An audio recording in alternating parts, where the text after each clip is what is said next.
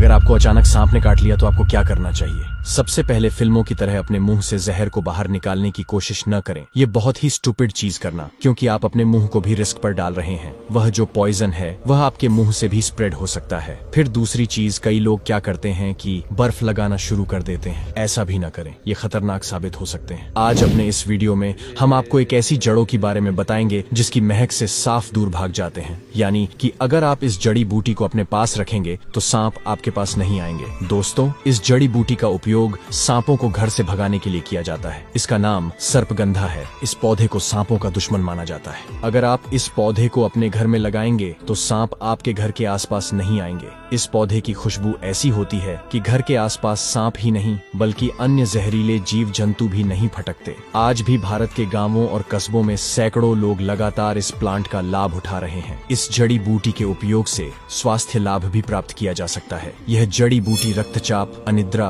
पागलपन और मतिभ्रम जैसे रोगों की अचूक औषधि है। और शायद इसीलिए पहले इसे पागलों की दवा भी कहा जाता था, क्योंकि इसके सेवन से पागलपन ठीक किया जा सकता है। इसके अलावा यह जड़ी बूटी कफ और वात को भी शांत करती है। इस जड़ी बूटी के प्रयोग से भूख बढ़ती है और भोजन के प्रति रुचि विकसित होती है। सर्पगंधा पौधे का वर्णन चरक ने संस्कृत नाम सर्पगंधा के तहत किया था। सर्पगंधा को बरुआ, धवल, चंद्रभागा, छोटा चांद आदि नामों से भी जाना जाता है। इसका वैज्ञानिक नाम राउवुल्फिया है, लेकिन जानकारी के अभाव में कई लोग इसका फायदा नहीं उठा पाते हैं। सर्पगंधा से होम्योपैथिक औषधि भी बनाई जाती है। इस पौधे से जुड़ी कई दिलचस्प कहानियां भी हैं। ऐसा कहा जाता है कि कोबरा से लड़ने से पहले नेवला सर्पगंधा की पत्तियों का रस चूस कर चला जाता है। साथ ही जिसका पांव में जलन होते हैं, सर्पगंधा की ताजा पीसी हुई पत्तियों को पांव के तलवे के नीचे लगाने से आराम मिलता है। आइए जानते हैं सर्पगंधा की वैज्ञानिक गुणों के बारे में। सर्पगंधा को आयुर्वेद में निद्राजनक कहा जाता है। इसका प्रमुख तत्व रिसर्पिन है, जो पूरे विश्व में एक औषधीय पौधा बन गया है। इसकी जड़ से कई तत्व निकाले गए हैं,